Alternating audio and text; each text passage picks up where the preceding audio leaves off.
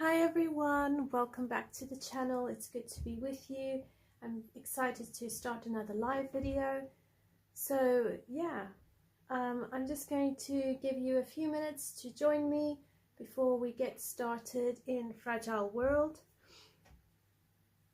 And I'm also busy getting together all my supplies. So for this video I'm going to be using Neocolor IIs and possibly some Inktense, as well as a collection of pencils. We'll see how far we go in the next 2 hours. I also have some water nearby and a water brush. And then what you need is some paper towel.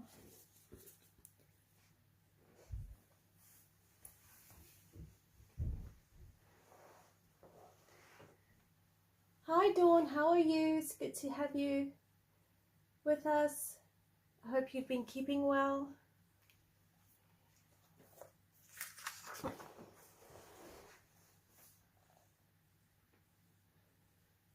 All right, I'm going to see if I can bring you in a bit more. Okay, so for the background, I'm going to be using Neo IIs, and I thought we'd give it a grey background. So I'm going to be using number 3, which is a light grey, and then number 5, which is a grey. So those two colors. And I'm going to kind of go dark to light. Hi Emily's Colouring Corner, how are you? It's good to have you with us. I hope you've had a good start to the week. Okay, so there are 2 ways to go about Neocolors. You can go straight on and just scribble down and then blend it up, or you can use the paintbrush and pick up the paint and go from there. So I thought that we would start firstly with, because it's quite fine in here and I haven't actually got a sharp point, I don't like sharpening my Neocolor IIs because I don't have enough Ziploc bags to keep all the shavings. So I'd almost rather either color straight on, like I could over here, I could color straight on and that would be fine. The only risk with doing that is it can create a very streaky look. But if we just pick up off the tip and you've got a little bit more control, and I think it will give better coverage, or smoother coverage I should say.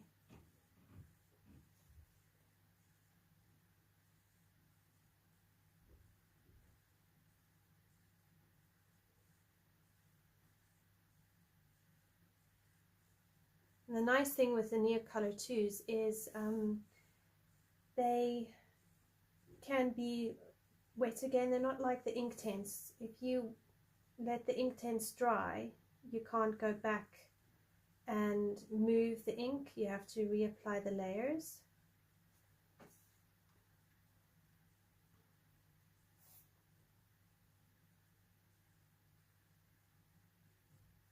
And I've been watching a little bit more on YouTube, the artists who use watercolor paint, well, especially watercolor medium. And the one lady I found, she was actually talking about different ways of using watercolor. And she was actually saying that when you apply the Neocolor IIs, or even the Inktense, straight to the paper without a paintbrush, and then go over and apply the water, it can create a streaky look. So I thought actually it'd be nice to try and see and test what I was hearing, just for myself and my own growth and knowledge.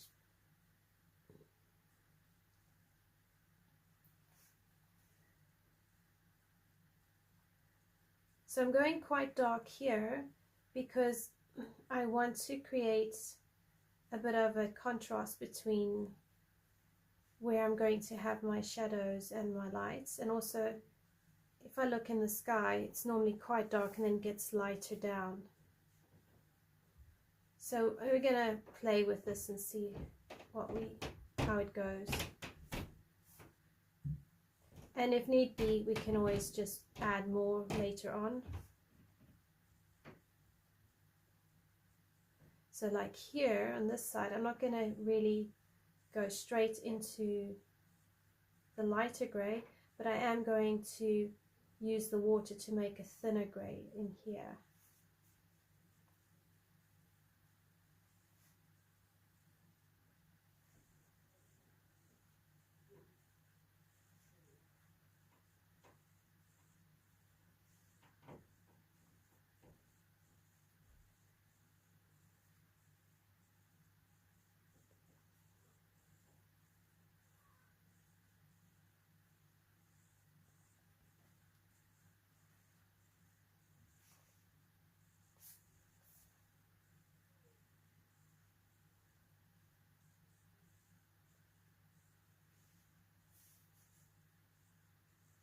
And then the hope is to do the similar thing on the other page so that they kind of create a bit of a double page spread.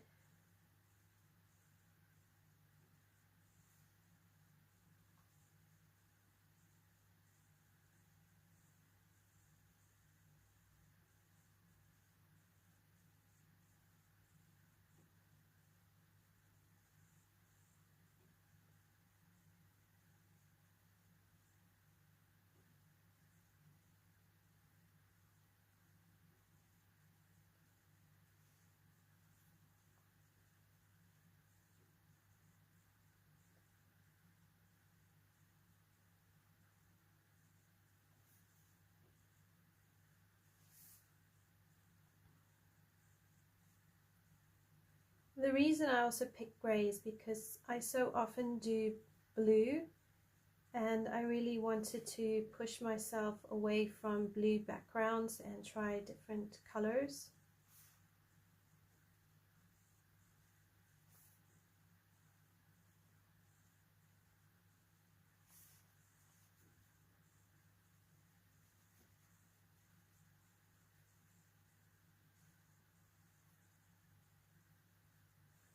Up along here I'm going to have slightly darker because that snow is touching, so if I have white on very light grey, it's not going to really stand out very well.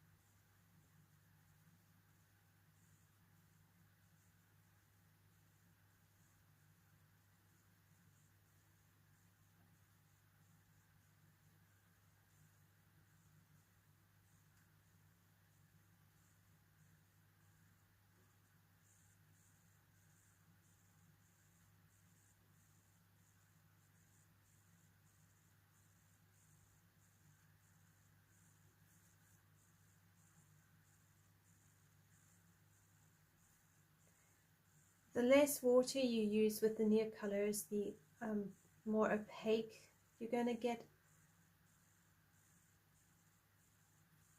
So you need to balance the mix between how much pigment you're picking up with your paintbrush and how much water, if you want to have a more opaque look to it.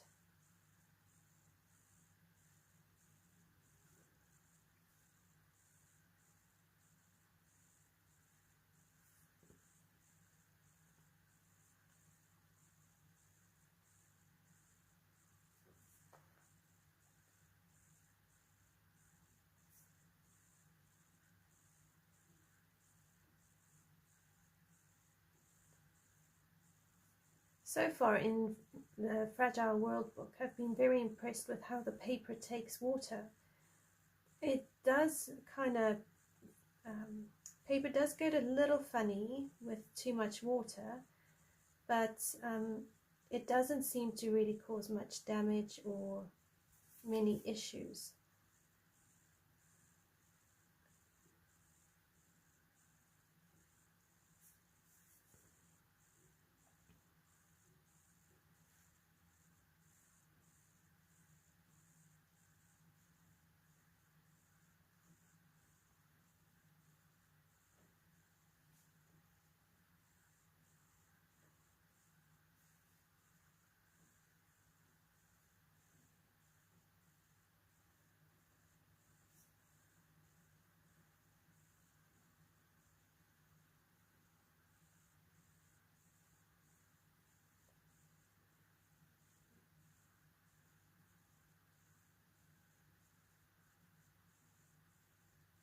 So what have you been coloring lately? Have you had a good coloring start to the year?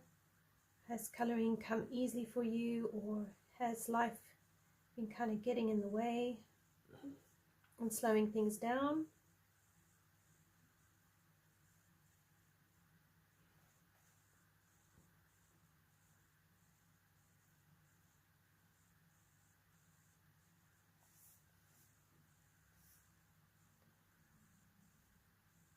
Okay, so now I'm going to bring in my lighter grey and see how that works.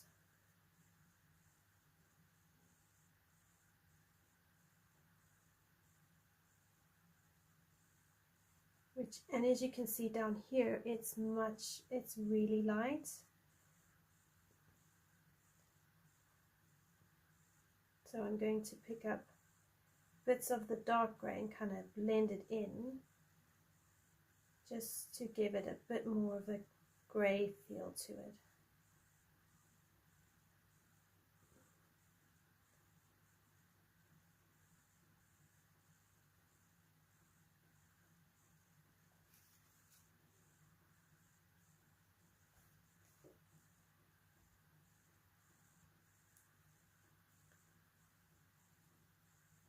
It's so light, it's actually almost white.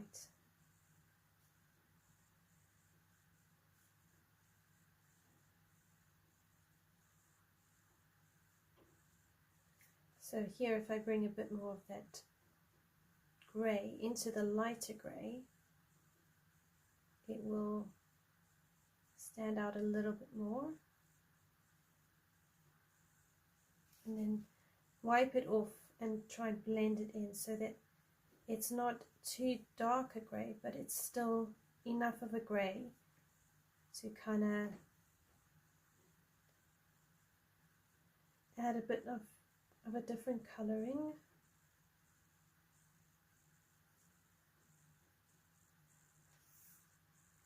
And here,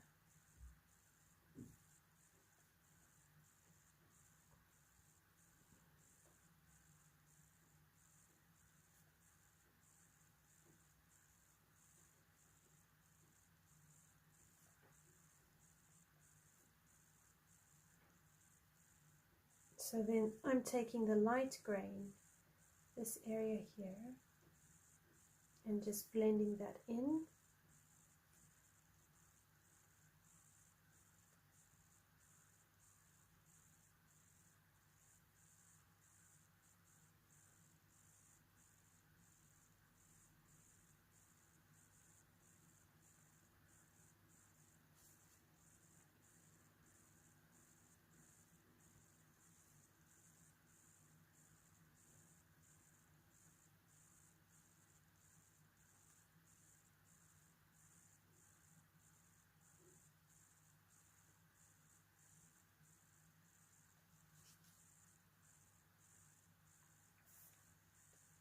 So this is the darker grey up here, so it's just a little light. So I'm finding this technique is working really well to get a smooth painting going. And I quite like that. It's actually much nicer than if I just apply the Neocolor straight to the paper and get a streaky look.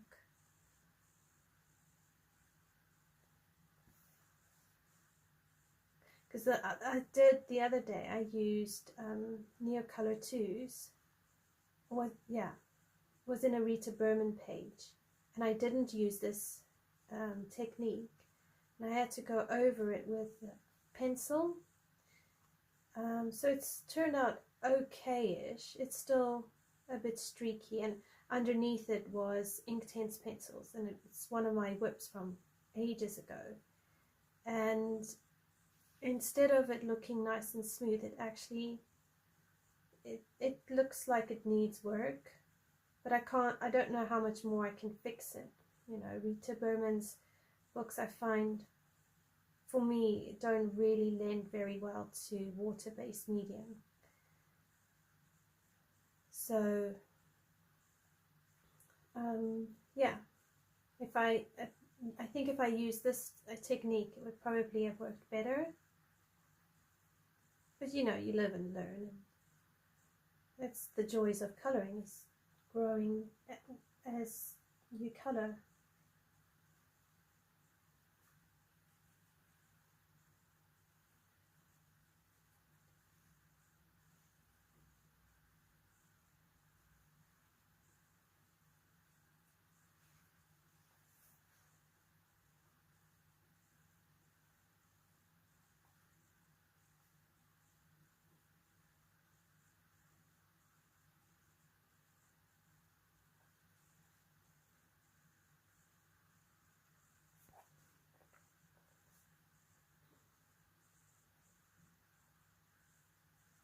I suppose you could do a sunset background on this as well. It could look really nice. But the fur is going to be quite rich colors, so you're going to have reds, dark reds, or earthy reds like sienna browns. You're going to have browns and a bit of black going on, or dark grays. So, and then you've got the white snow and the whites on the face and the tip of the tail, and then it's the trunks or the branches are going to be various shades of brown. So you could possibly do a yellowish sunset, and it could look really nice depending on which colors you use, maybe like peaches and light yellows.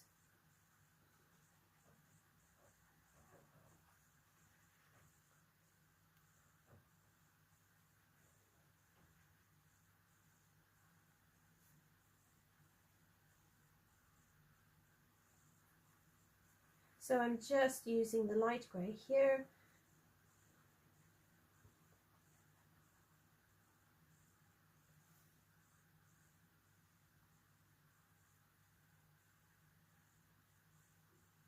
With little touches of normal grey.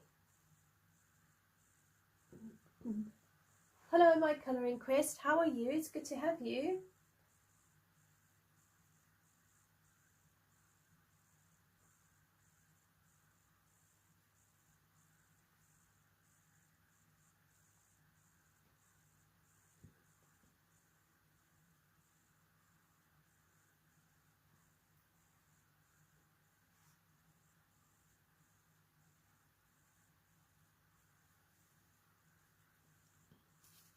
Okay, so that's pretty much the background done. We can always add more to that later if we need to. So now I'm going to take out, just have to find the right number now, brown. I'm going to take out brown, and then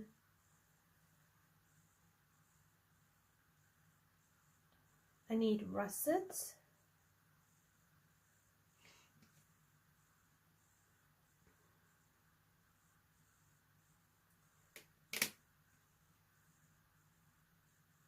and then raw umber.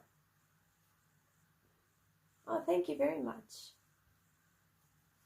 Okay, I'm just going to quickly pull up a picture of a red panda.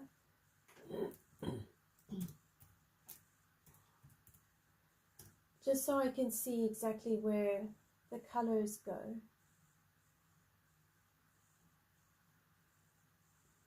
So he's going to have white tufts here, white tips on the ears, white nose, these paws or his legs. So it's going to go dark up to about there, dark around here.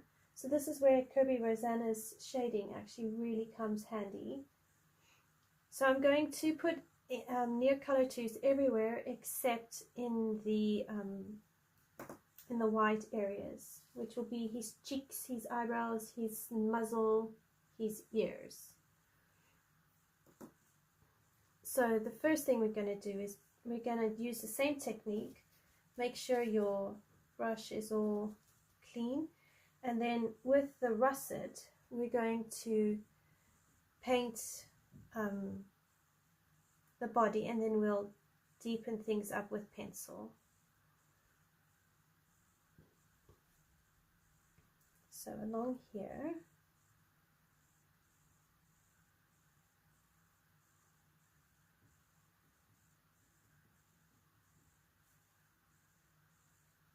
now I don't mind if it's not very dark, because I can use pencils to kind of blend this together, and I just want to really create a base coat.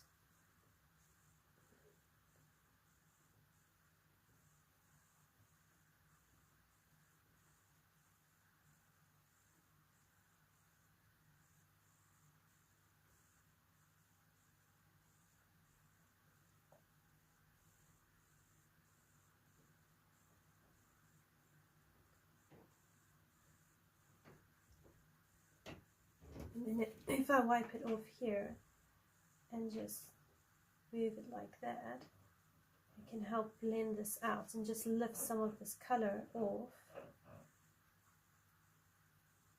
And just help blend it so it's not like hard lines going on. Now if you have the Caran d'Ache, the board, you can scribble some of the paint down or the crayon down, and then pick it up with your brush, and that's also how you can mix your colors.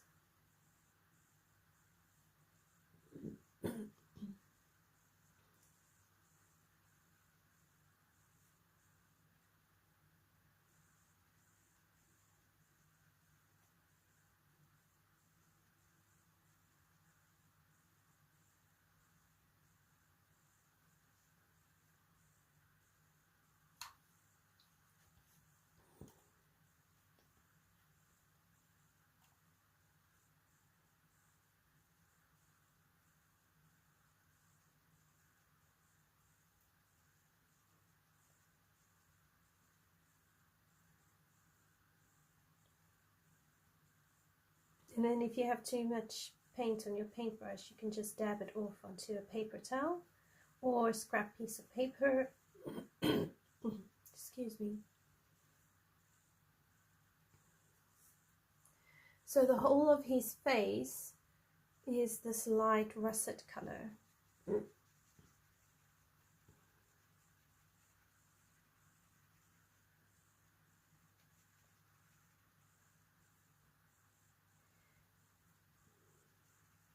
And as we paint it, the areas we're not touching are going to dry. So by the time we've done a base coat on everything, we can come in with pencil and just work on highlights and shadows.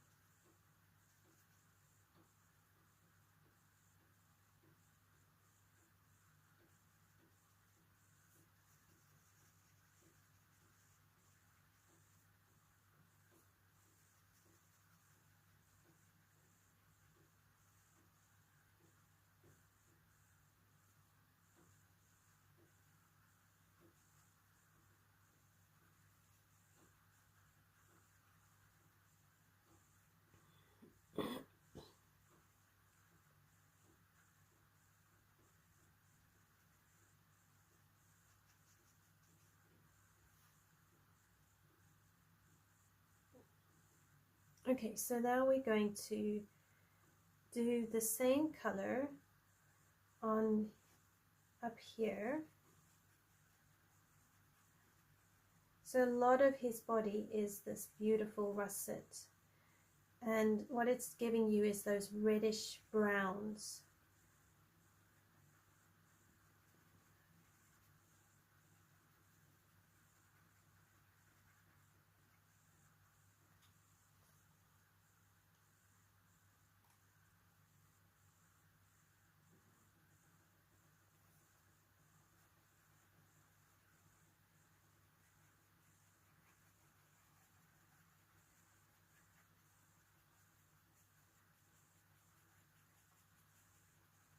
I'm not going to worry too much about fur texture at the moment.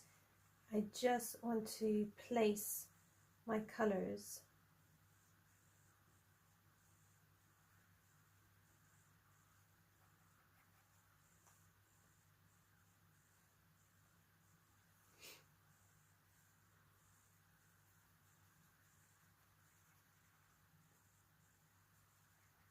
Okay, so I'm going to actually use a bigger brush for this because I'm running out of patience. So I'm using a bigger brush, and I can just spread this across a lot more effectively now. Otherwise I'm going to be here all night, and I don't particularly want to be doing under base painting for 2 hours.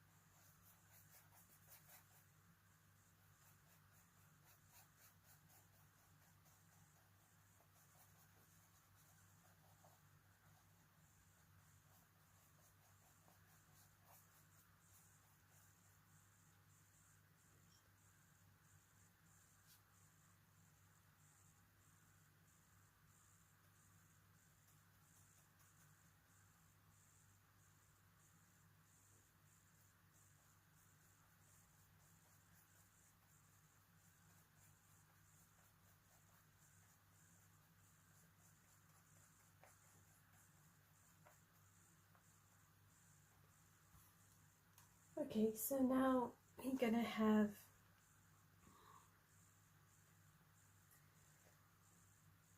this is going to be the same color, then dark color, light color. So we'll follow Kerby Rosanes guidelines here.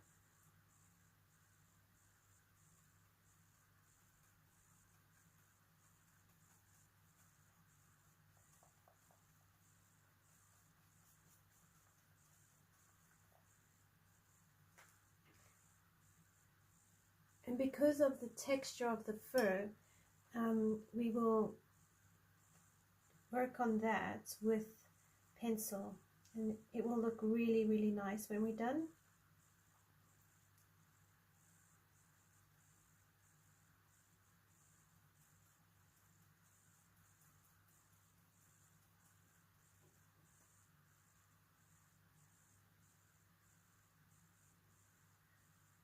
This here is going to be a bit of brown as well.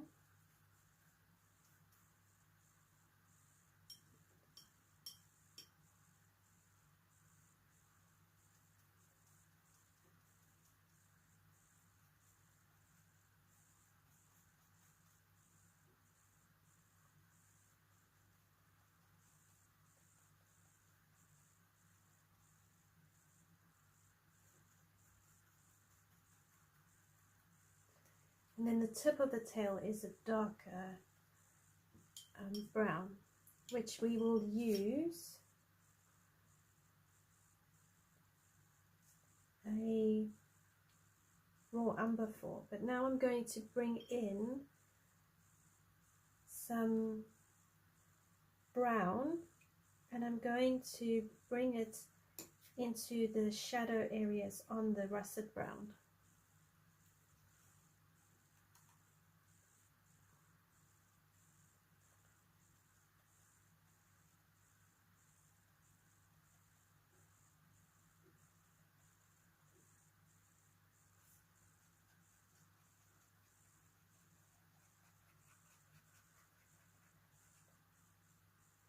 So I'm using brown, and I'm just working in those shadow areas.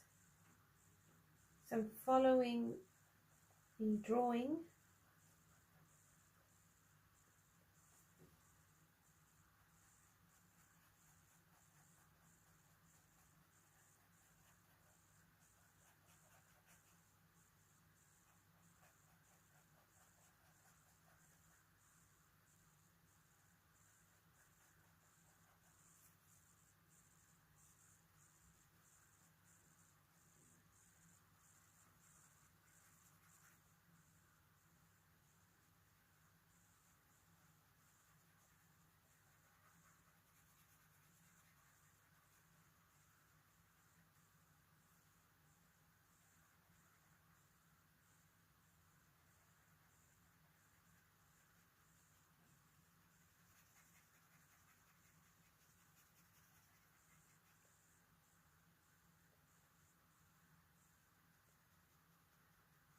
Along here,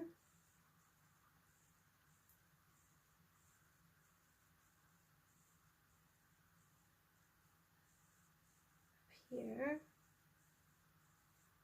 So in doing this, I'm almost creating my own mini version of a grayscale. And then when I come in with pencil, I can just deepen this up.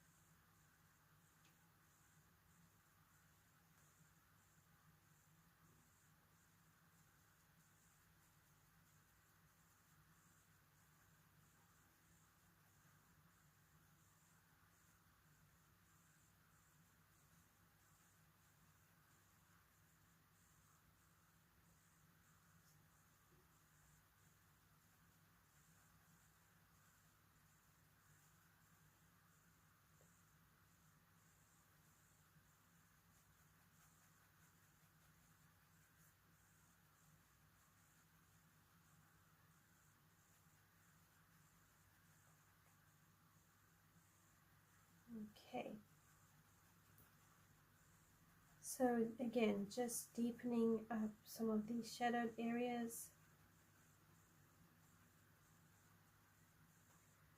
Now I'm going to take my raw umber and I'm going to put this in the darker shadows.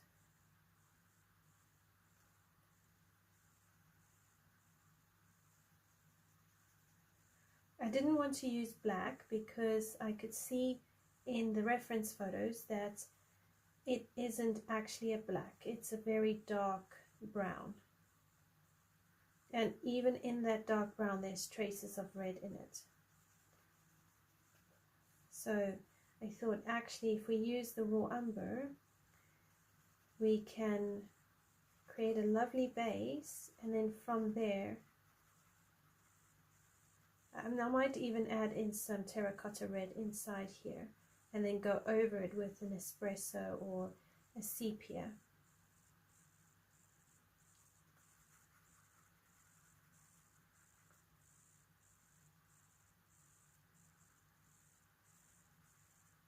The other reason I like using base coats is it's another way of plotting out my color palette and my colors. So when I come to working with pencil, I can just find the right shades and then build up my layers from there.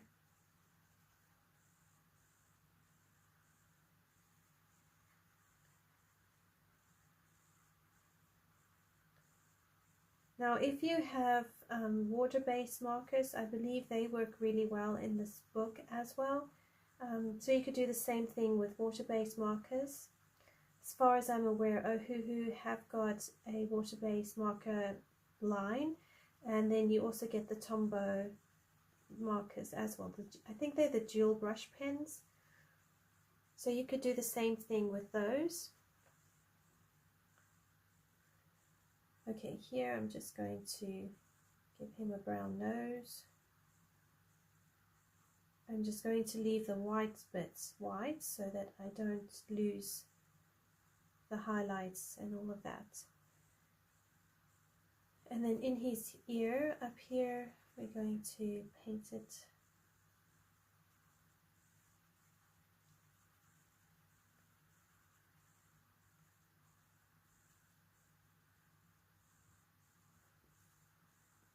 okay, I need to fix that.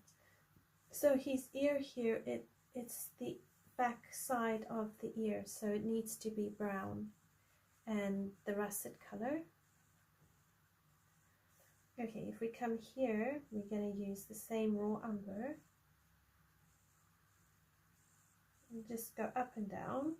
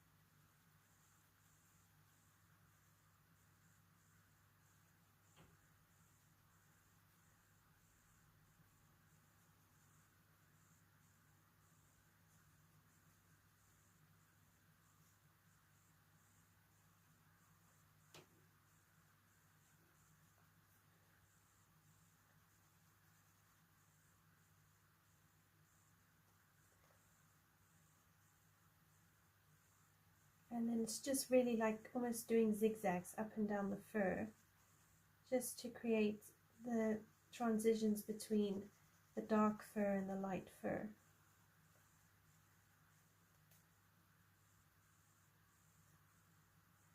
This also helps a lot when it comes to doing fur, because if you were to build up fur with just pencil, you would need a good 3 or so layers just to get the base coat kind of down and all the different levels of value going for you. So it's much slower.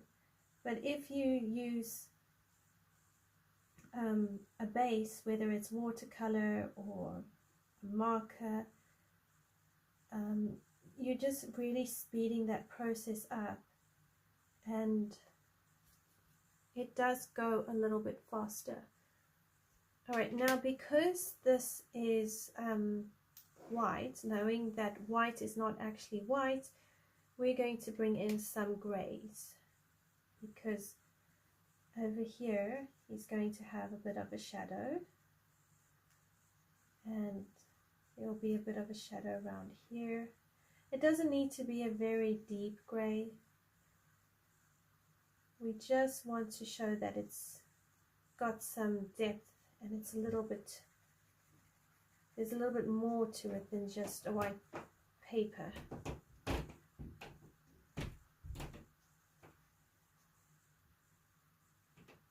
Alright, and the same goes up here in his ear.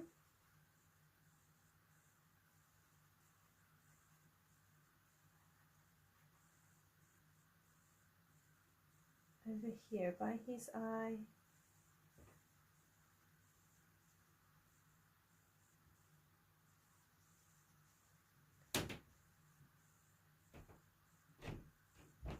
Hi B, how are you?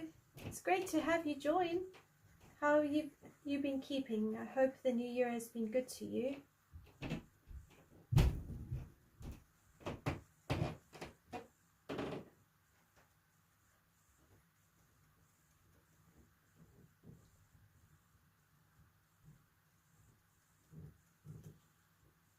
Okay, so coming back to my brown, I'm just going to do this ear here.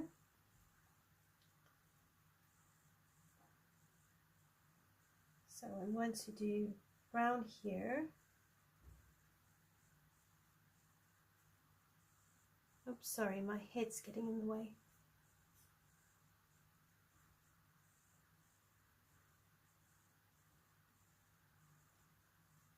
And then we go back to the russet.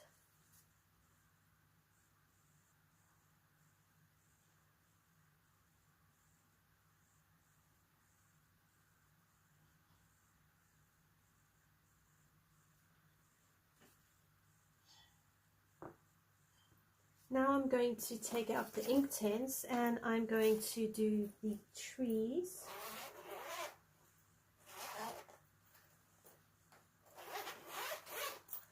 So I didn't take my Inktense out before I started. Oh my goodness. Okay, so I think we're going to be using bark. Yeah, so we're going to use bark for shadows. And then oak for the lighter areas. I hope it's been a good busy for you, B, and not yeah, I hope it's been a good busy for you. What's new with us?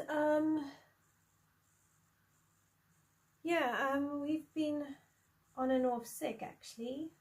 Some of the kids are down again with coughs and colds. There's a few bugs still lingering around. And then just our normal routine. And yeah, struggling a little bit with coloring actually, just to get my brain to land and actually pick something or focus on something or stay committed. It's really weird. But I'm just pushing through, hoping that at some point it will lift and it will get easier again. So again with this, I'm just following the line work really. Yeah, I keep meaning to do this page. I wanted to start this page in January and I just couldn't get to it. I even had the flower year all planned out, and I wanted to do some videos for that. But then yeah, I've been a bit down and out for about 2 weeks, and only since Sunday, so since yesterday, been feeling back to my old self. So I'm behind on the flower year. Has anybody else colored in the flower year yet? How is your birthday tag gone, B? I hope it's been a good one. I need to still watch your video.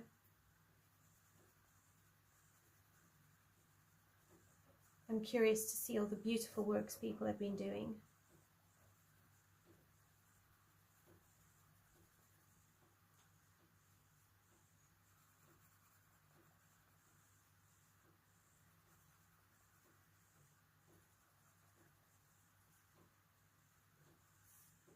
So again, with the Inktense pencils, I could just pick up the paint and move it around with the water brush, but I find I don't really mind with small spaces like this to use the pencil straight on. I think there's a place for both, and it's just working with it and finding out which technique works for you. So he's on a rock, on a log, I think. Yeah, there's the log. So underneath him is going to be really dark. So we might have to come over this edge bit with like black. Actually, I could possibly get out the black and do it there because it will be really shadowed. So if you go for an ink black and come down here, it will also help the tail stand out because the tail's not going to be black. It's going to be more of a brown.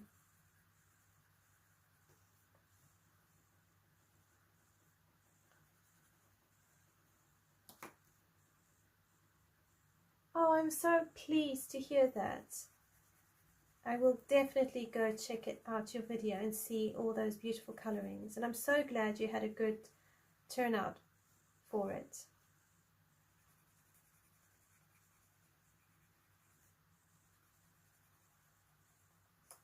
Such a fun way to celebrate a birthday month.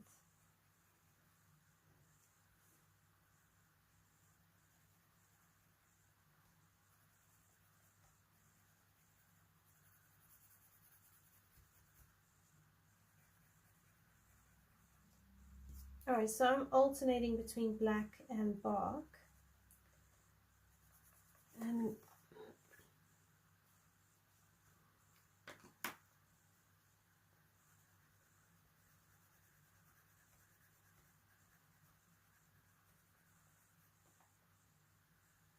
yeah, I bet it is.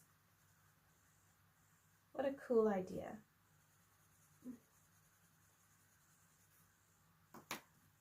I love how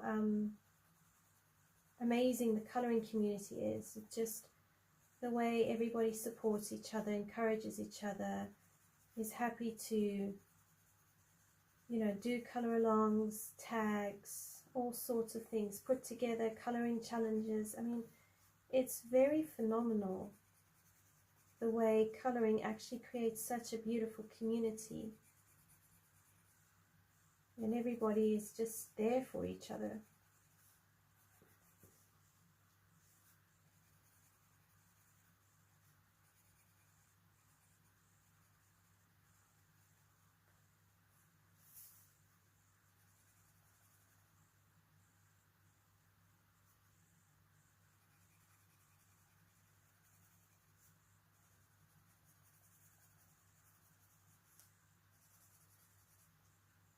Okay, so this is going to take a while. I'm trying to go as quickly as I can because I'd like to get to some colored pencils, but we'll see. If nothing else, we're actually laying down all those colors, which means that in the next live video we'll have a lot of pencil work to do, and we could actually make a lot of headway on this page.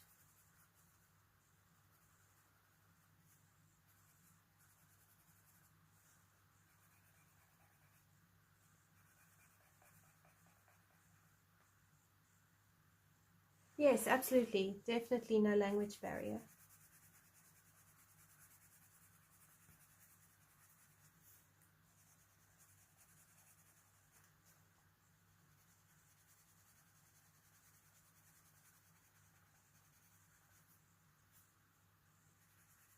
So are you going to do another coloring tag next month, or what's your plan?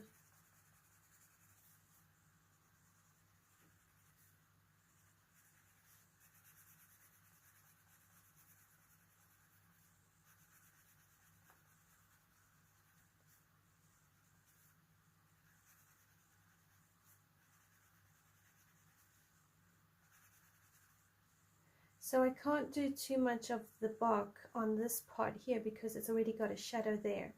So I need to bear that in mind when coloring. Otherwise I'm going to end up blending this branch into that branch, and that's not going to be very conducive for success.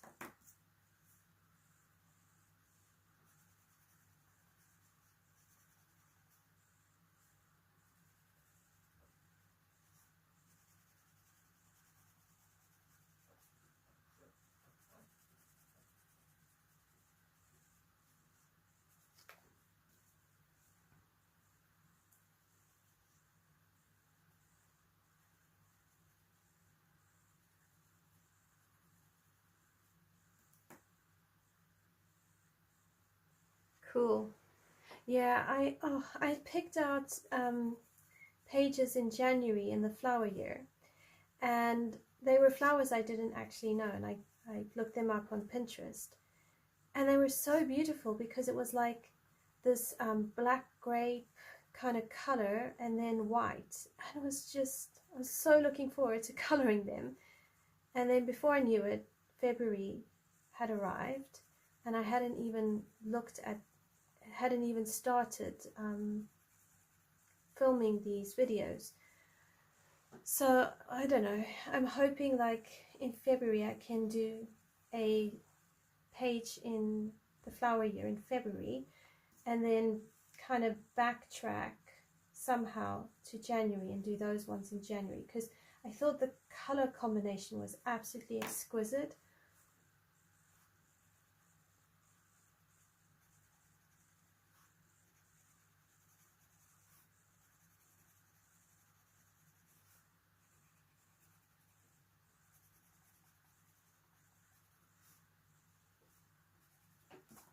Okay, so a bit more black just over here underneath the shadowed areas, just to help create a distinction in the branches. Like here, I'll do that black.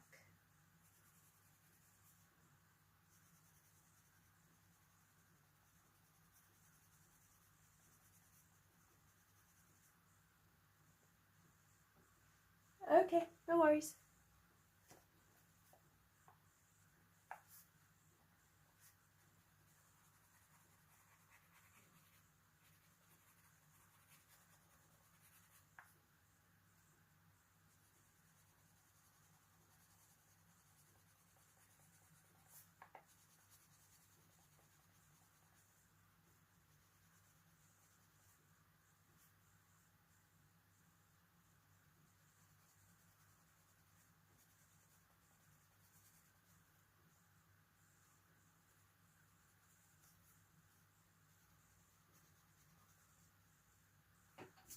Okay, so this branch is going over here, so I'm going to make this bit black and then this bit dark, the bark with a touch of the oak.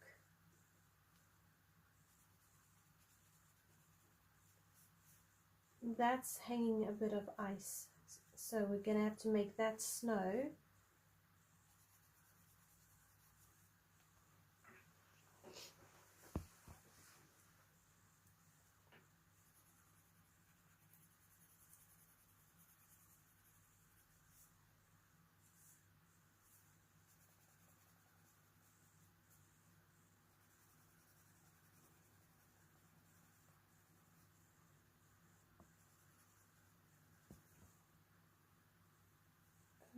Okay, so I'm just checking where I've colored so I can see what I need to do.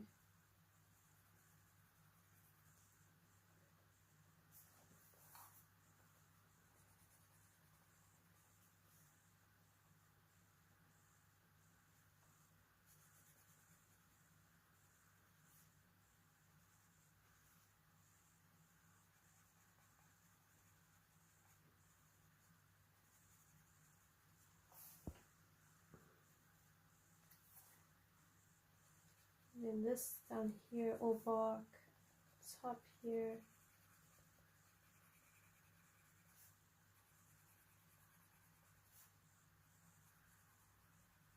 I'm always so surprised with a Kerby book how easy it is to color in.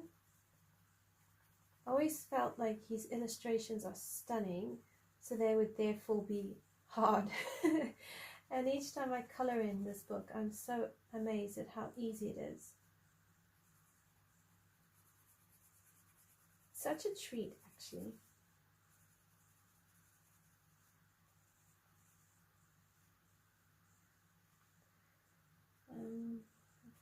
Here.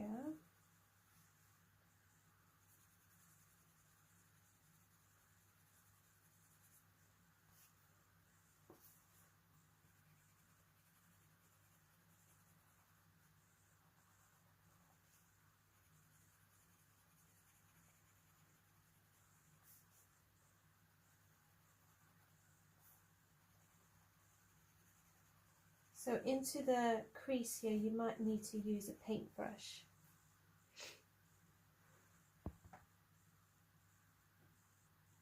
Oh, great to have you back. How many Kerby books do you have, Bea? I've only got this one. I'm hoping at the end of sometime this year to get Worlds Within Worlds. But I hear he's taking a break, so it'd be interesting to see how long before he starts creating books again.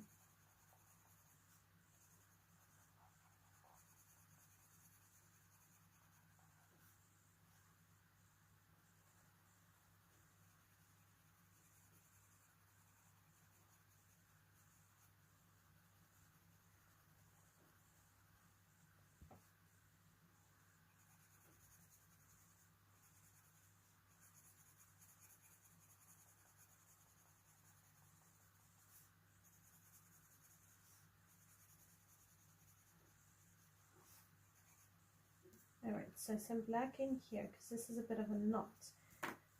And then bark.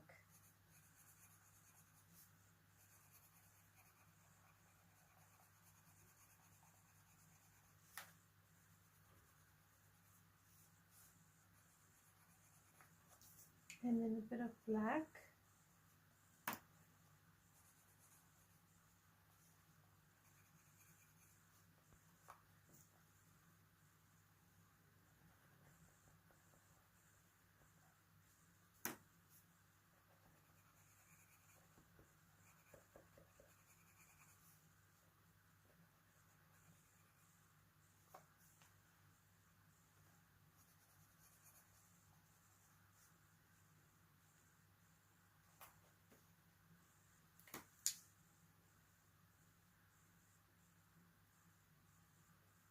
Oh wow, 5, that's incredible. Yeah, I heard it somewhere last year, towards the end of last year, that he was taking a break. Okay, so now I'm using Ochre.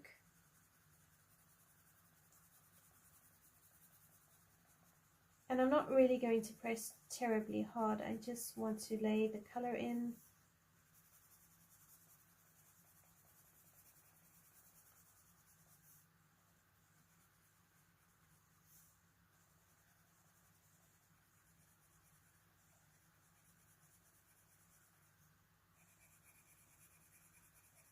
So out of the 5 Kerby books, oh, okay, so you just answered my question.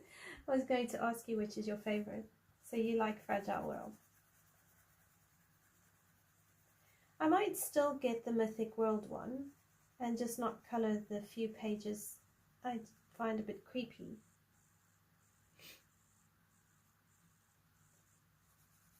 because there are a few pages in there I could easily see myself coloring.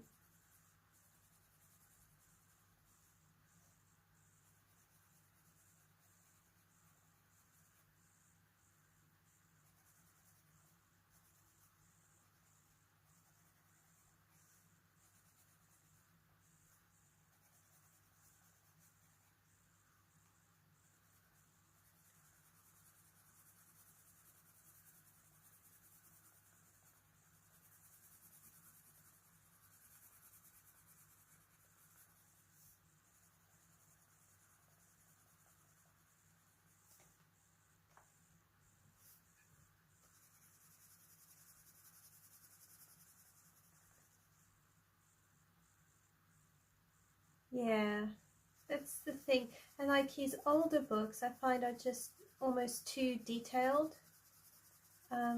So I find for very detailed books, I quite like the mythographic books.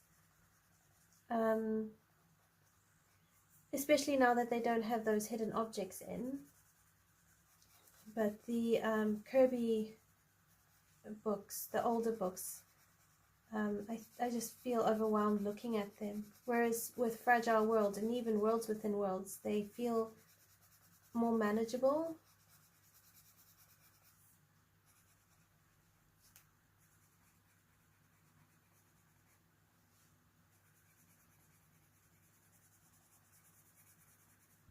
I'm just bringing in a bit of bark in here.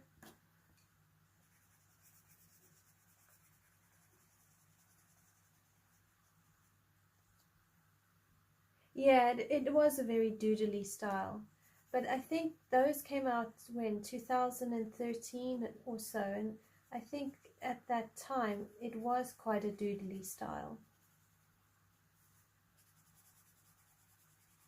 It's actually incredible when you think of how adult coloring has changed in 10 years. I mean, I remember adult coloring really kicking off in 2013 with Johanna Basford and Millie Marotta's first few books, because I bought Animal Kingdom when it first came out by Millie Marotta, and I bought Johanna Basford's Secret Garden, and compared to what we have now, I mean, it's really remarkable.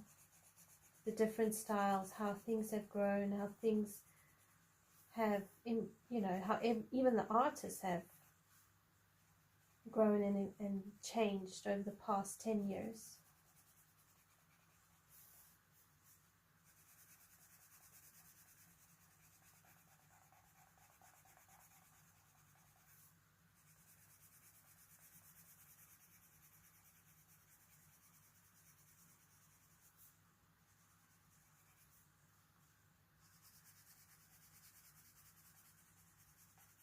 So what I'll do is I'll just finish coloring this page with the Inktense, but I might only activate some of the Inktense so I can move on and do something else. Because to be honest, I think I'm getting bored coloring trees.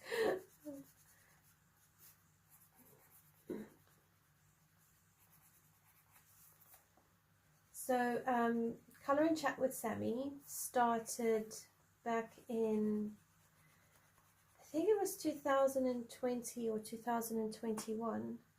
She started a challenge checklist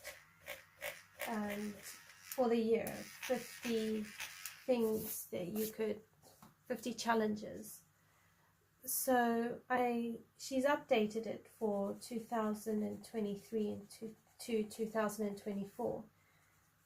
So what I've done is I've actually printed out her updated list, and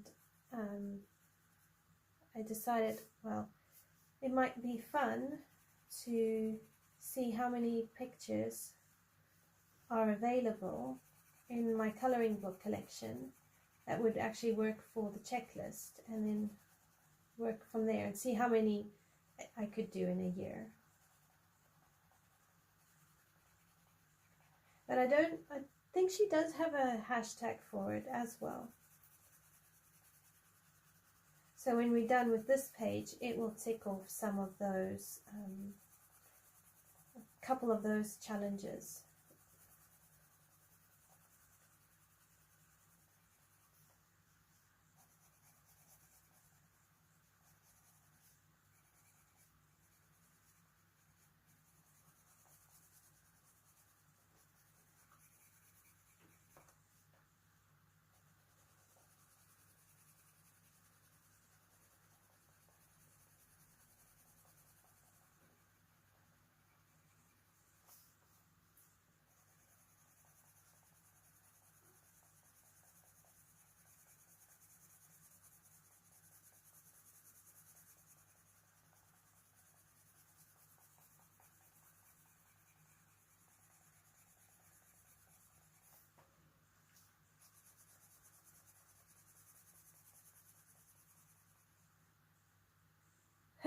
Yeah, I don't know how many I'll actually get done.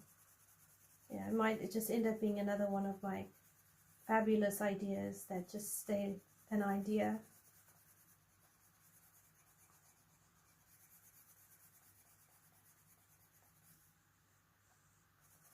I don't actually know if anyone's ever completed the list.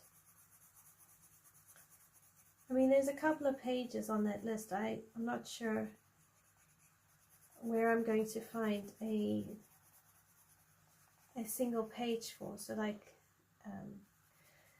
color, manga and anime. It's not really my style, so I wouldn't want to go and buy a book. And then there was another one. Think like do color in a page with 90s, 70s or 80s, so like a specific year theme.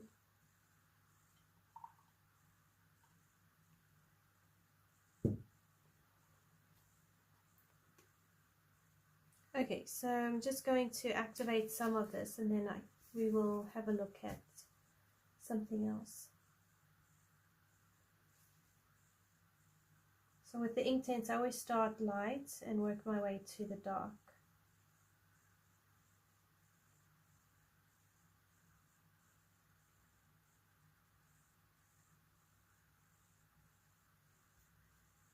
And it just helps with the blending.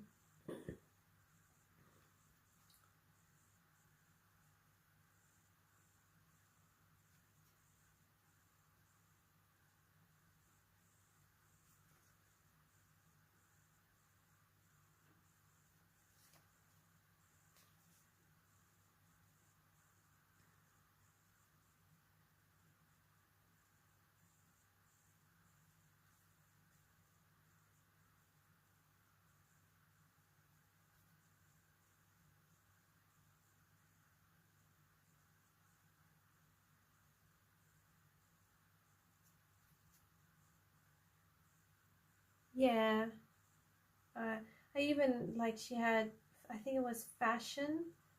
So I went through and I had a look and I thought, okay, Midnight Masquerade by Hannah Carlson will fit fashion because masquerade is a type of fashion.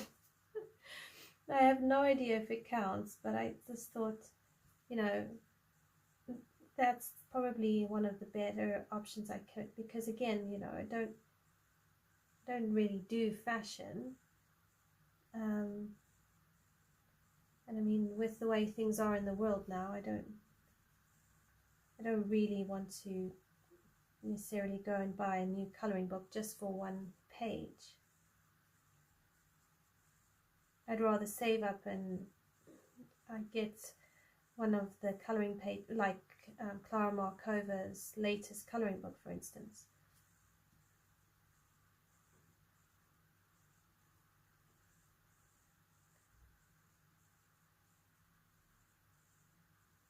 But I don't mind finding some artist on Etsy and then buying a page that matches a challenge or a hashtag, and then just buying one page, because at least that way you get to try new artists and it's not spending unnecessary money per se. At least for me, that's just how my brain is thinking and processing.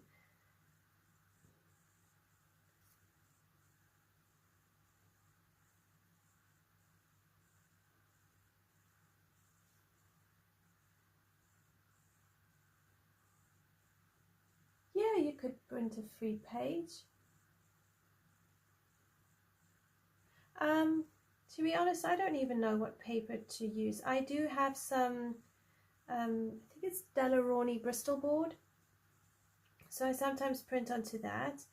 And I had bought a thickish cardstock off Amazon, which I've been using with the boys when they want to photocopy some of my coloring pages in color. And I haven't had too many issues with that. I have been learning though that if you want to do like water-based medium, it's better to print a picture on hot press watercolor paper, because water-based medium and water paints work better on that. So I think if you're printing your own picture, you could really tailor the paper to suit what style you want to print. You know, what style of medium you want to use. I know Nina is quite a popular form of paper, and other people do like the Strathmore toned paper, although I've heard a few mixed things about the Strathmore paper.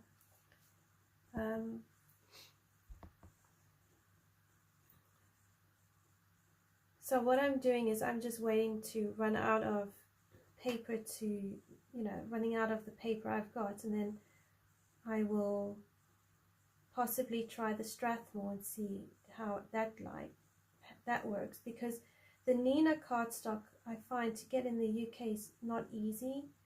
It's about, I think, probably close to £30, and I just don't want to spend that much money on paper and then decide I don't like it. So I'd rather try other options which are a bit easier to access locally, and if that doesn't work, try something else.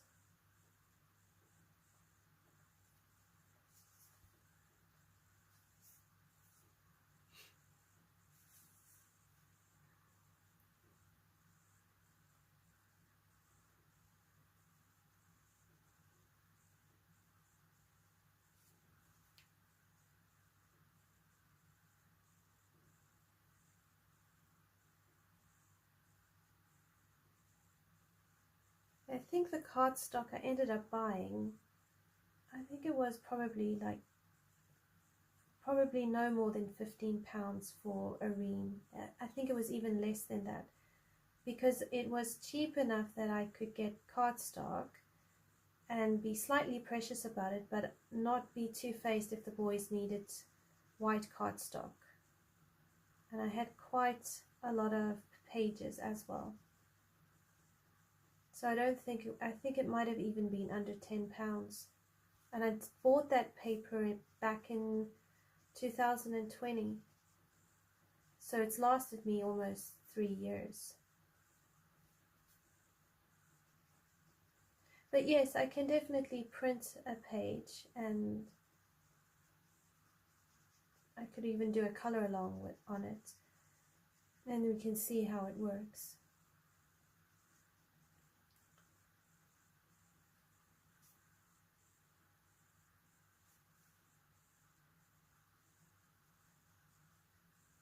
I wonder if you couldn't go into like a local art store and find different, because sometimes they have those single sheets of cardstock, and I wonder if you couldn't just buy one sheet there and then work out, test it and see if you like it, and then if you do like it, you can buy that specific type of paper. Or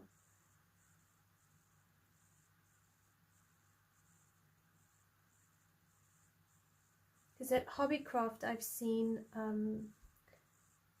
pads of art paper, even alcohol marker paper or marker paper. I've seen watercolor paper.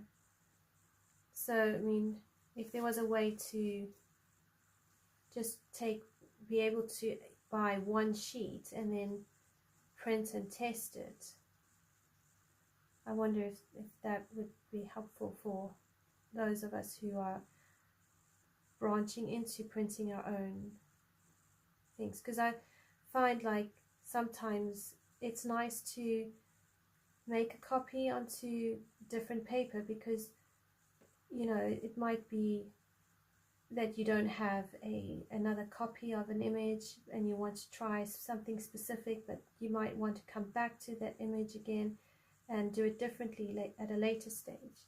So having the flexibility to print on your own paper is quite handy.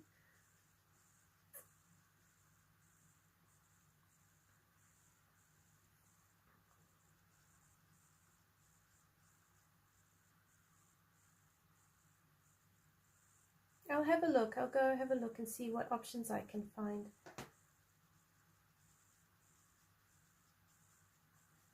Because I know that Daleroni, I've also got some Daleroni paper, and that one's very toothy. And I found out with colored pencils I don't actually like too much tooth on the paper. I prefer a smoother paper.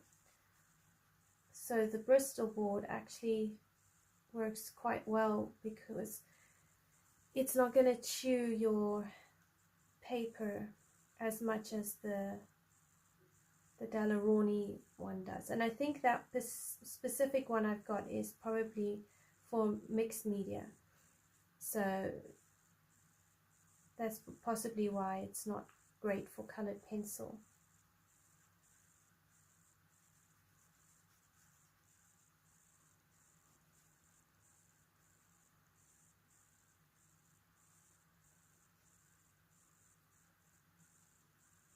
Okay, I'm getting bored of this. I'm going to move on to something else. Alright, but at least you can see along here how the trees are going to look when they are finished. So let's have a look. I'm going to move all my paints and my water out of the way. And then I've got my paper here so I can write down all the colors that we use. Now I think what I'm going to do is I'm actually going to mix up my pencils, and I'm going to use Polychromos because of fur. Polys are so much better for fur than the Prismas. The Prismas kind of blend into each other, and with fur I don't really want that blend. I want to keep it quite specific, you know, individual strokes and that kind of thing. I don't want to really be worrying about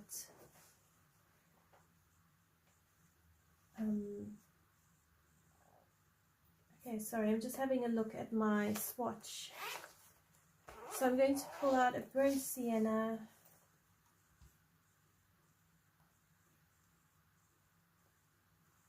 and a raw umber, yeah, actually some terracotta.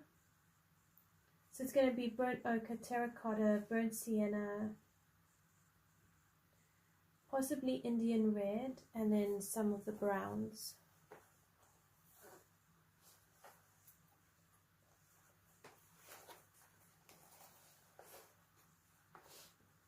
So we need burnt ochre, terracotta,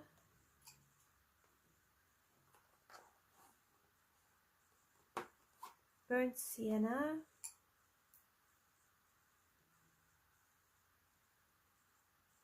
I think we are going to need some Indian red.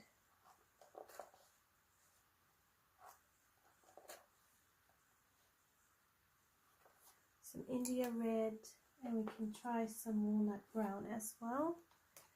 And then some dark sepia.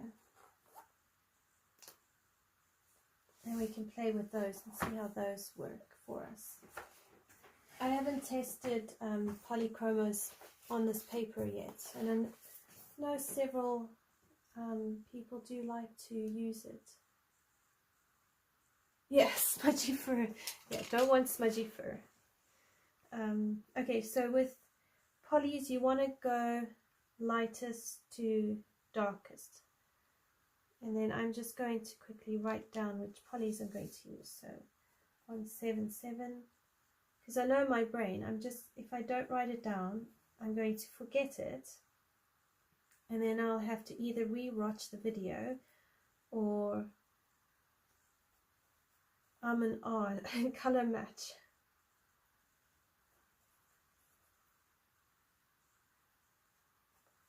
And I will put all these down in the description below afterwards. Okay, so I'm going to come in straight here with the India Red, and I'm going to do my flicking motion.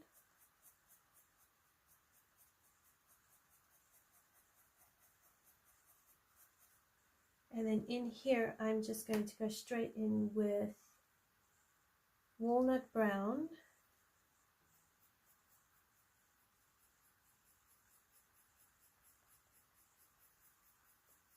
And I'm just going to go in the direction of the fur.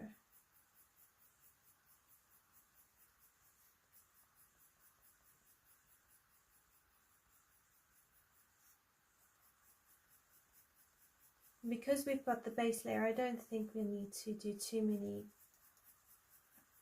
layers on with pencil.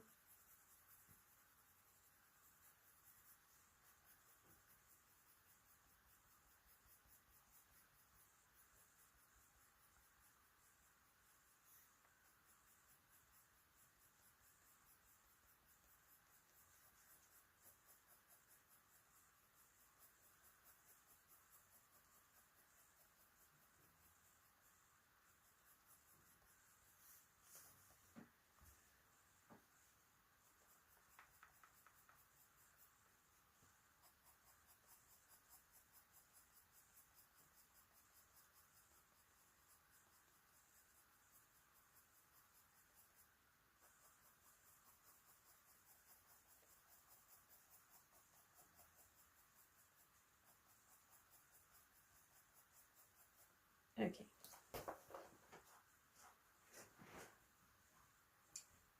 And then I'm going to bring in my sepia.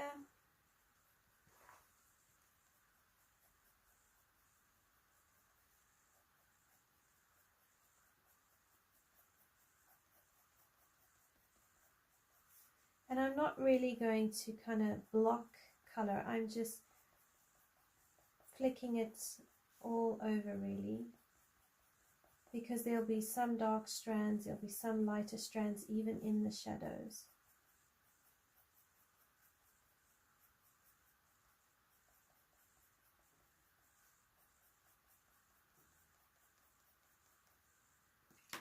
And then we can take in a bit of the burnt sienna.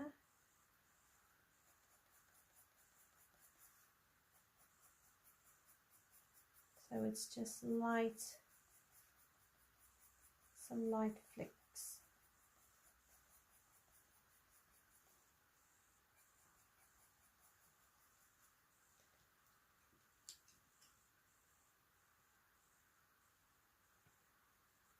Alright, and then in the ear, we can take the walnut brown. Actually, no, not the walnut brown. Let's do the burnt sienna. So we do the burnt sienna first, so it's got a bit of an undertone. Then walnut brown. And the fur is not short and it's not long either, so you can do medium strokes and you can get away with it. And then the sepia.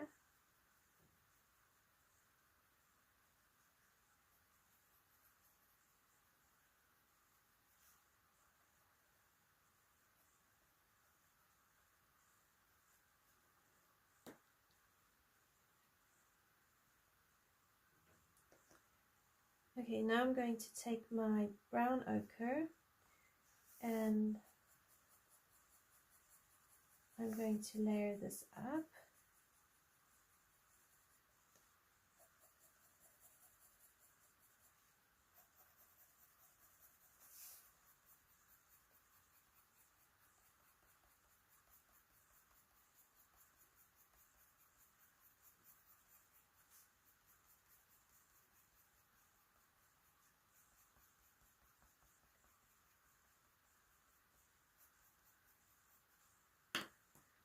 Then we'll build it up to terracotta.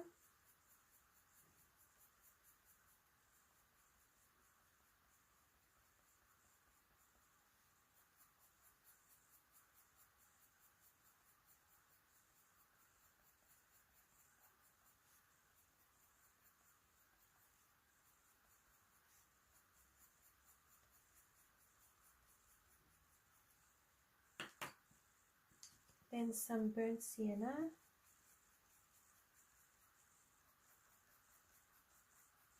And if you notice Kerby Rosanes line strokes, they're not going all straight up and down.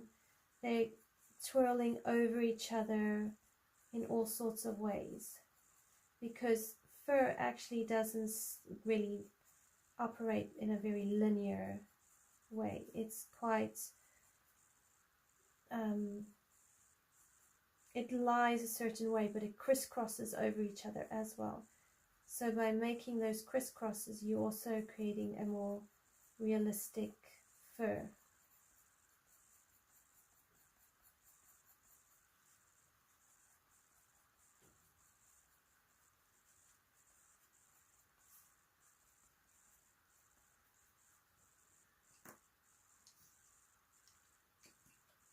And then we can go back down with the brown ochre.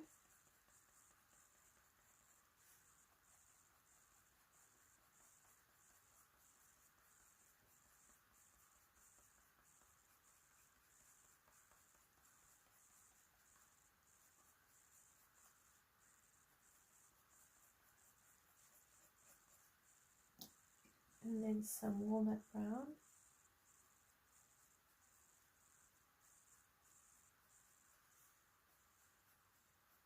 And you're kind of just doing a little bit of it. You're not doing a whole lot.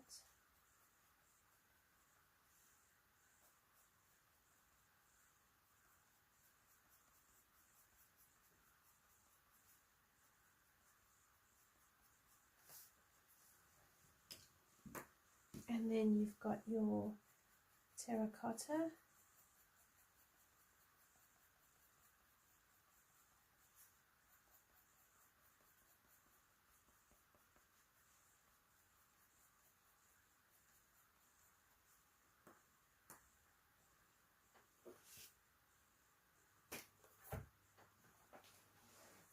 And then we can even bring in as a highlight the brown ochre, and that will just lighten up this top bit a bit.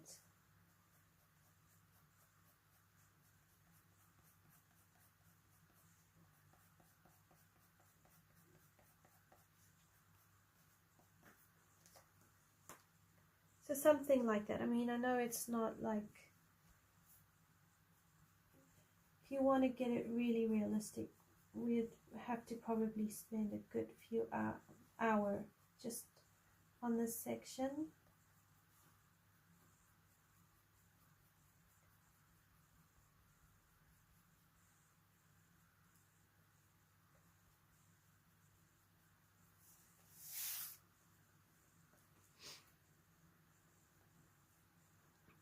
Okay, so burnt ochre.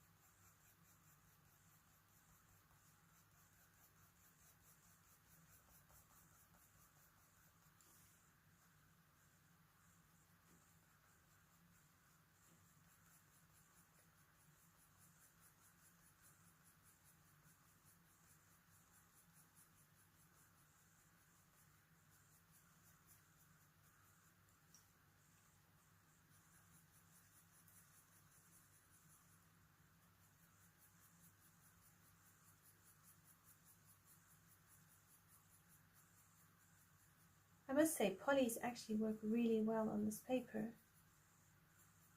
They are not difficult at all.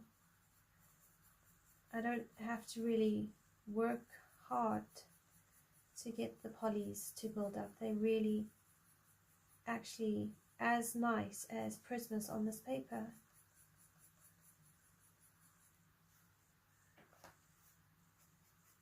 Which is really cool.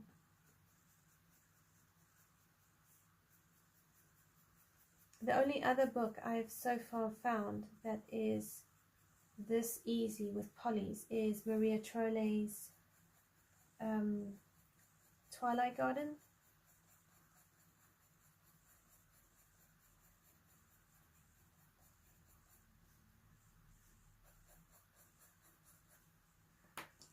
So I'm just picking up my dark sepia. Just sort this texture out here.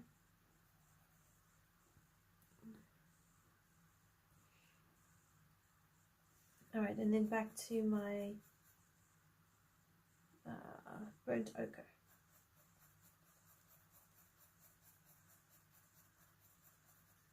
And then here I want to have a bit of this brown ochre because this area is going to be a bit lighter.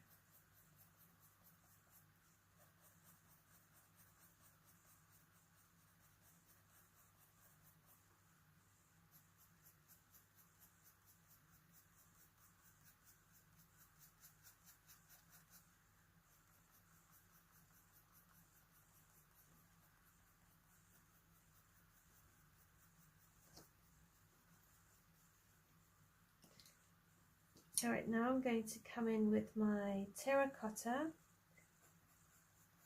and just build this up.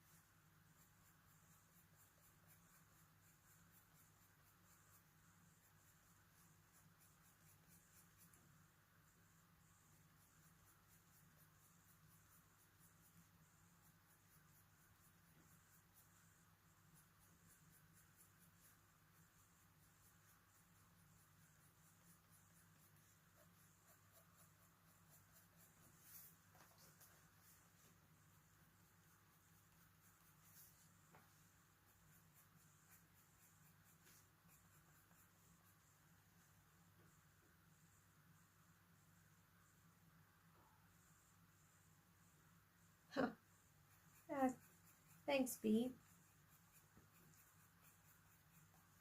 Yeah, the paper thing really is a struggle.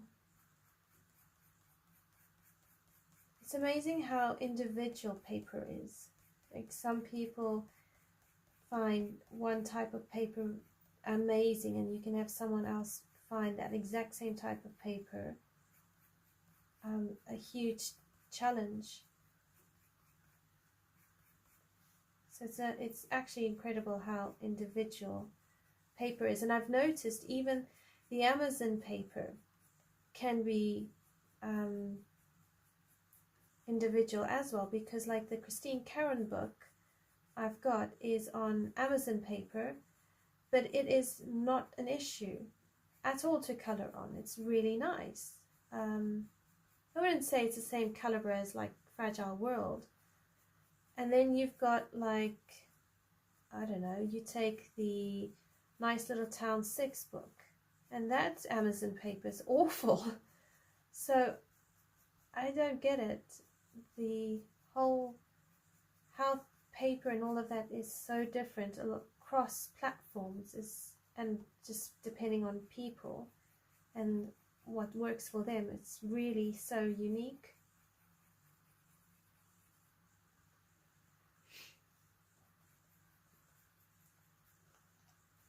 Okay, so now I'm going to do the burnt sienna.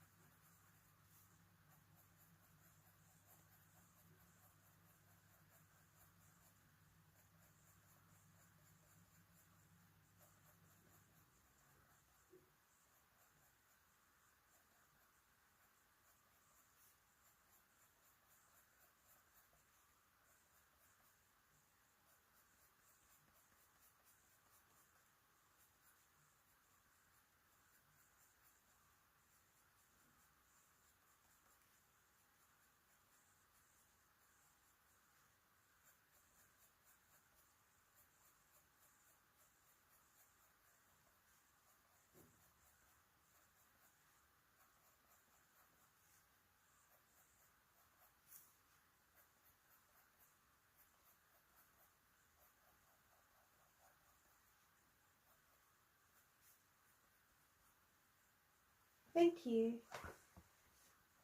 Yes, he is looking sweet. If I shut out, it's not on purpose. I'm getting a little like into a zone. Trying, because you know, I'm looking and seeing, okay, where else should I put this color? What is the fur doing? Which direction is it going? And then I forget to talk.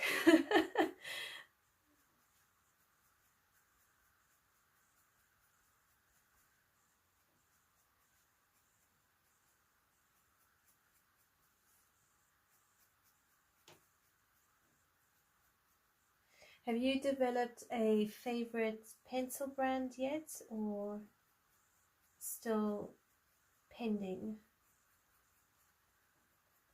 I can't decide between Prismas and Polys.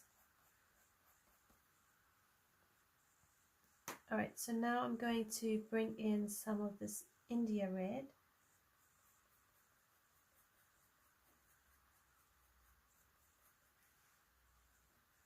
Because some of the pictures I've come across with red pandas, they have got this orange fur, but they also have this reddish tinge to them. So I want to make sure I bring in some red tints.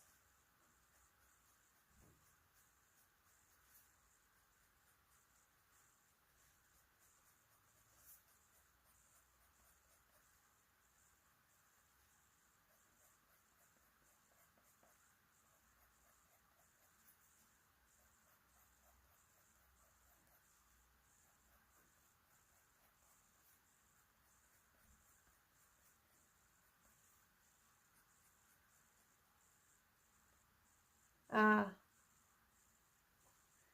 yes, polys don't smudge. They are nice.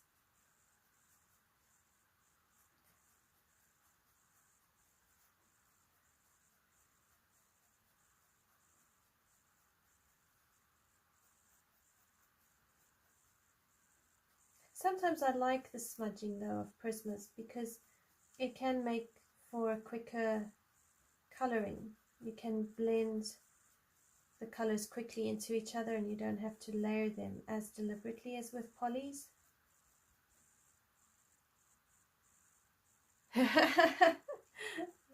Yes, especially in their yeah, compared to the Prisma range, the polys do need a few more colors. What colors would you like to see added?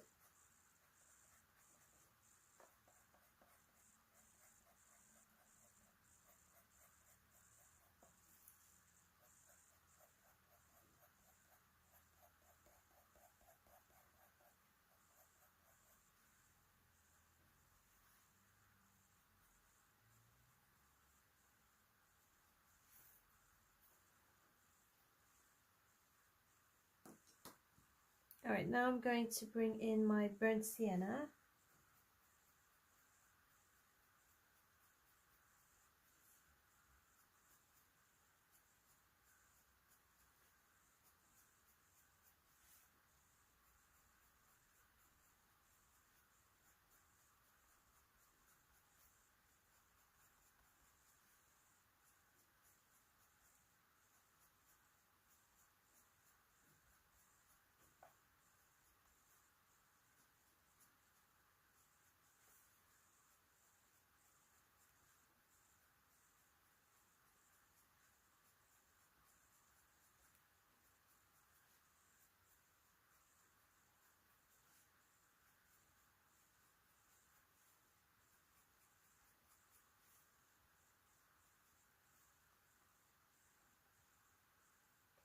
Oh yes, yeah. Oh yeah, I've noticed that with the Prismas. You can accidentally take one color and then you working in an area and suddenly you've picked up color from somewhere else.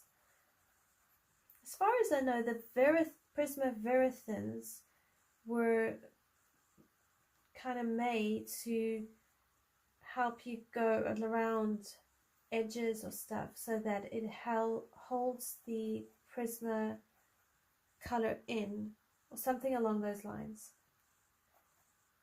I never got the Verithins, so it's just something I've heard.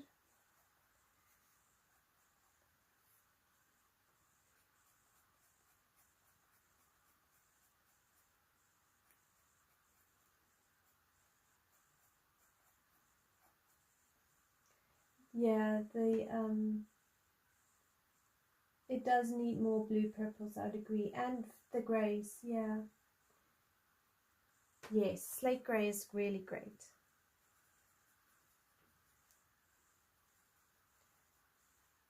I find they also don't have a lot of blue reds. Polys have got quite a lot of your orange reds, so the cooler reds aren't as available.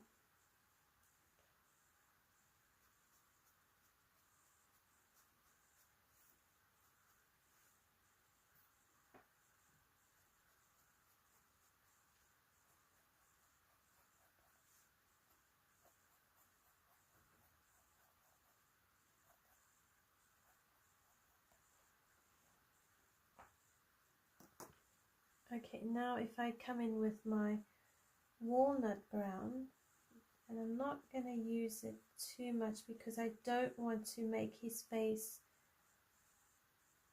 too dark.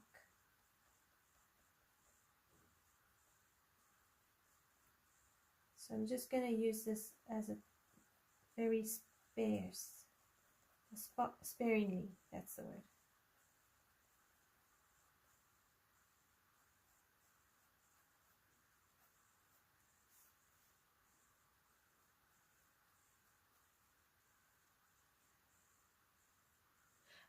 Okay, I'm with you. Yeah. Yeah, because it's very hard if you've got those orangey reds to then create a red or a wine red. You can get those, like you said, those orangey reds going, and they can be beautiful and work great for, like, I don't know, coloring in the breast of a robin, for instance. But yeah, so the Derwent artists, they have a similar issue. They have lovely orangey reds, but it's very difficult to actually mix your own, as you say, true red.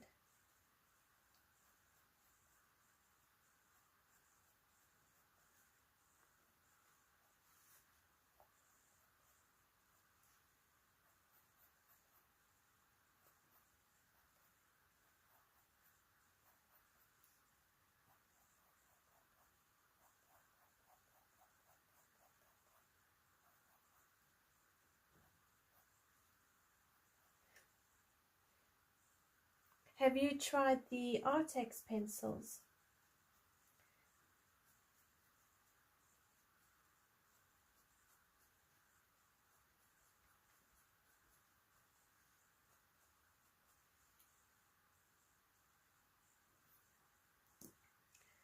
So now I'm going to go back down with my burnt sienna.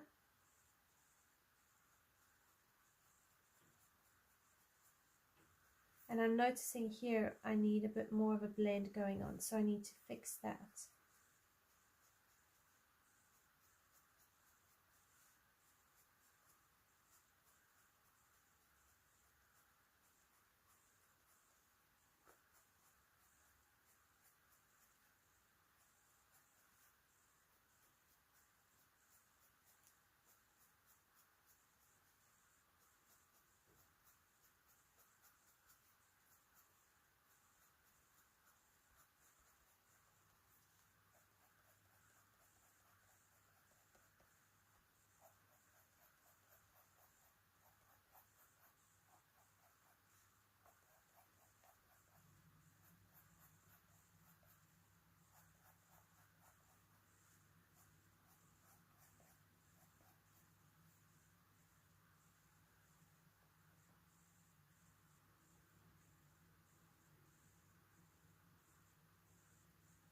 Yeah, the Derwent drawing pencils aren't too bad.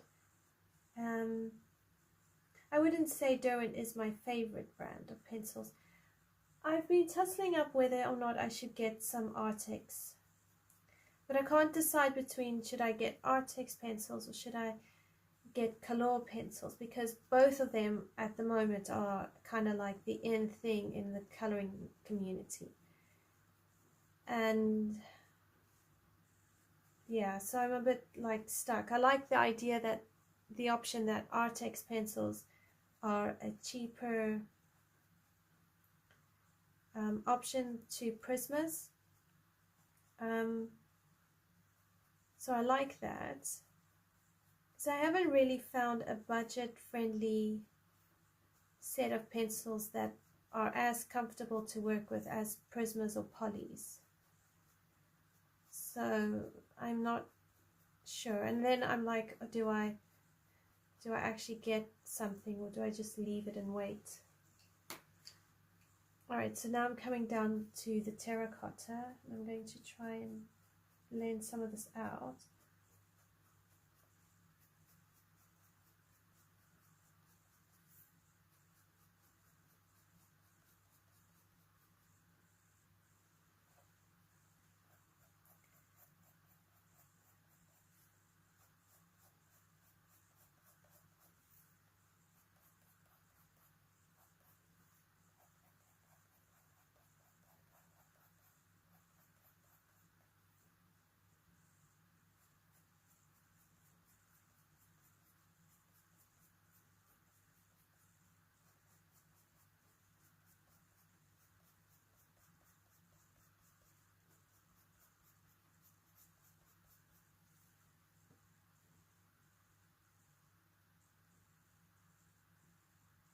That's a very good question, Bee. Hello Katrina, how are you? It's great to have you with us.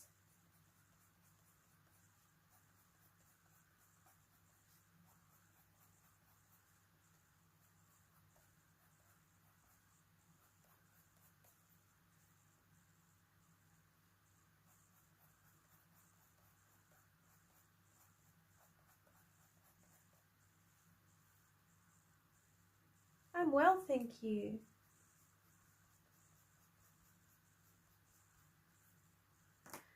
Okay, now I'm coming back down to my burnt ochre.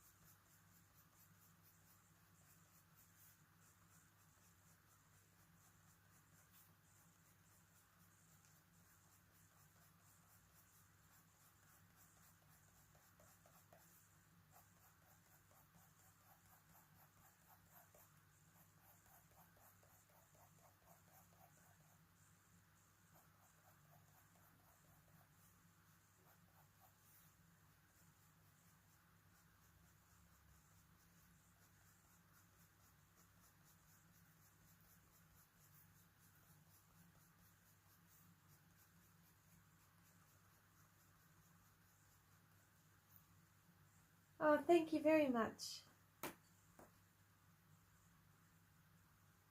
Okay, so now I've got my brown ochre, and I'm just going to carry on working on bringing in those light shades and just trying to smoothen and blend out.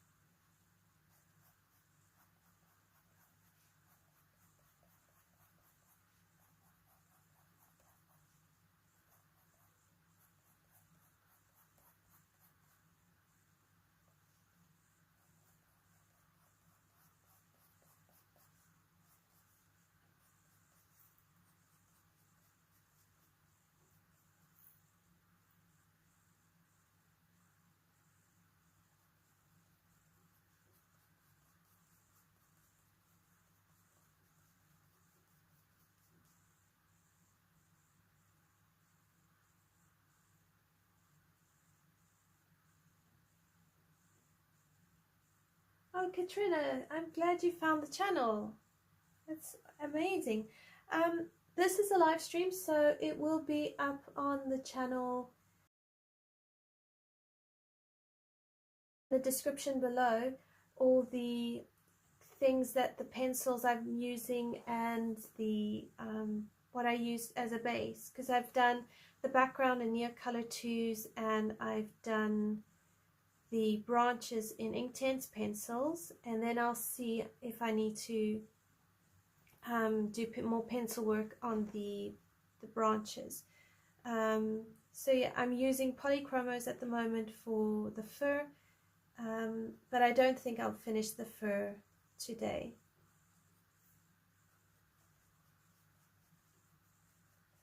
But I wanted to get started on something first. So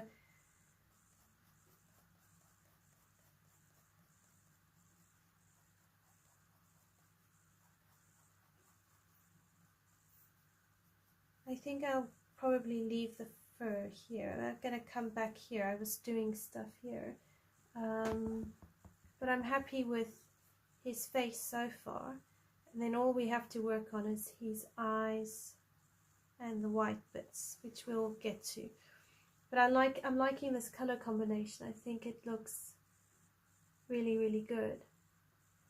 And by doing those short strokes and varying them and just following Kerby Rosanes line work, I can see on the video we've created a lovely fur texture. So you've got these tufts of hair going on. Then this is a bit more Sienna brown. And you can keep doing this and tweaking it until you're happy with it.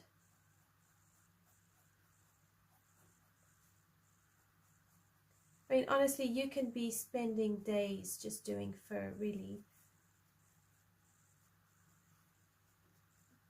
Because the more you build it up, everything just pops. And this paper is nowhere near saturated yet.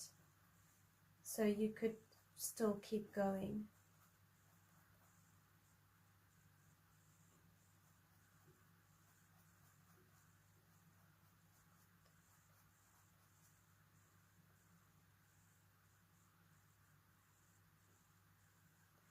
It's actually, he looks so cute. He looks just like one of those pictures.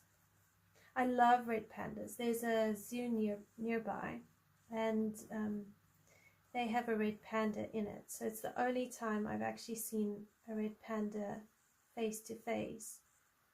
But I always just love how cute and cuddly they look. I hate the fact that they're in zoos and enclosed. I mean, don't get me wrong. It'd be much nicer if they were out in the wild.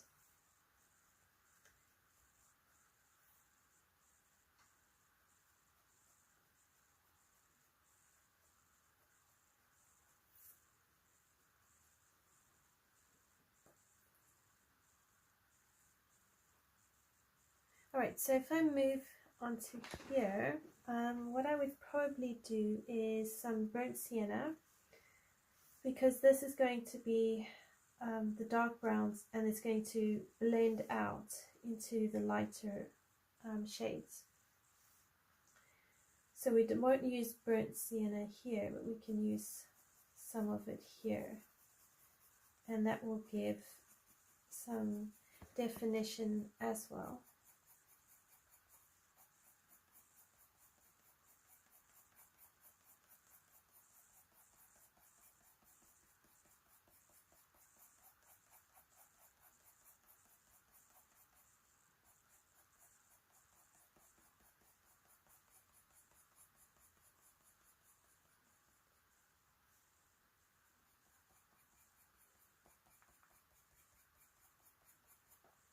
Alright, and then I go in with the walnut brown.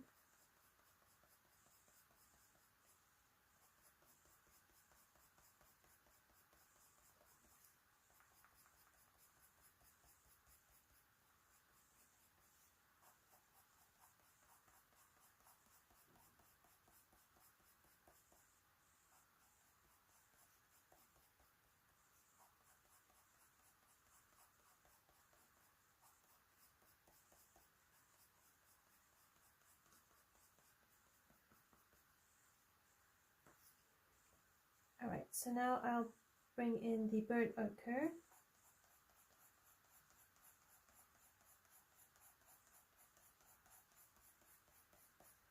And what I'll do is on the next live, I'll carry on doing the fur with you. So that way I can walk you through the whole process. And then if there's anyone who feels more confident in fur, you can just speed up the video in the replay, or something like that. And then for those of you who would prefer to just do the whole thing on camera and just watching during a live or on a replay, at least this way I can help you build your confidence in fur.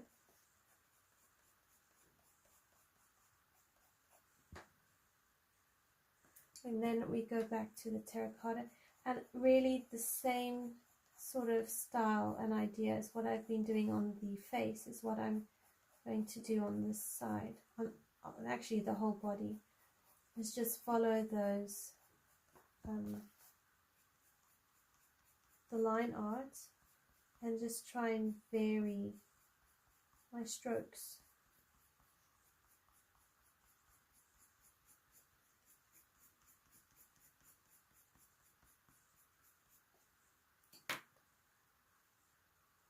And then back to the burnt sienna.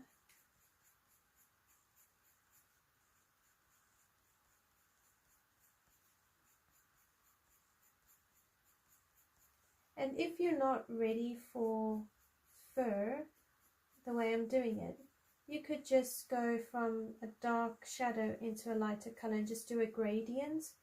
And Kerby Rosanes line art will actually just create texture for you. So that is another option if you don't feel ready for hair strokes and that sort of thing. And you can just use the same colors.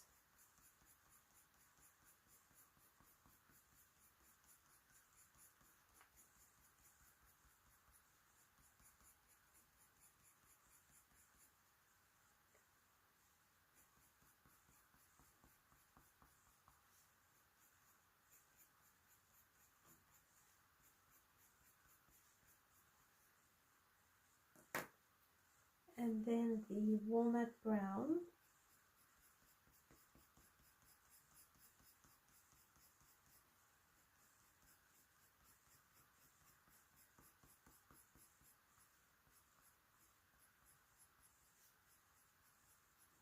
And the hair in this section here is a little bit longer than on the face, so you can lengthen your strokes a little bit as well.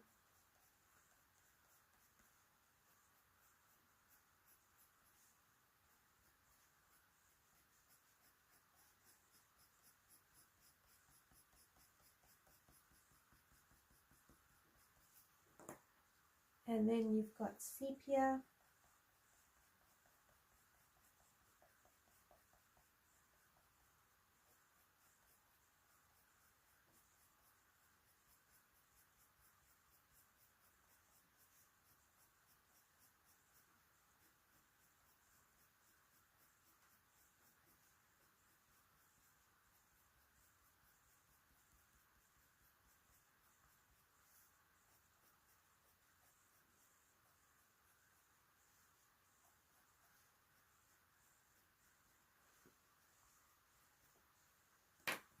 Back down to my burnt sienna.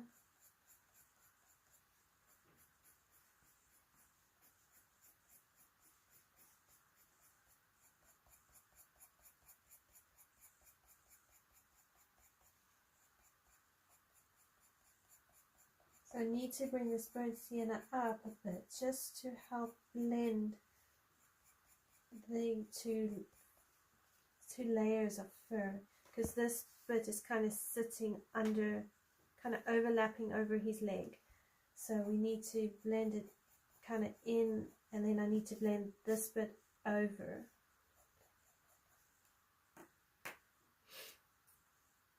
And then Terracotta.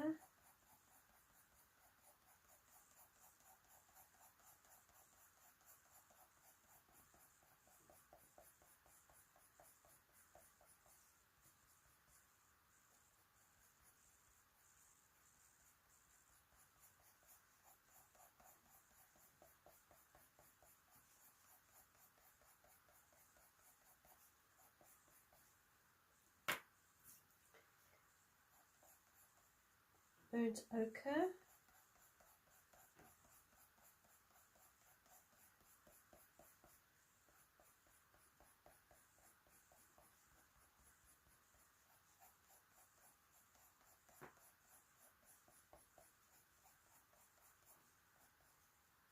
And then some yellow, brown ochre. Just on these edges here, just to brighten it up a bit.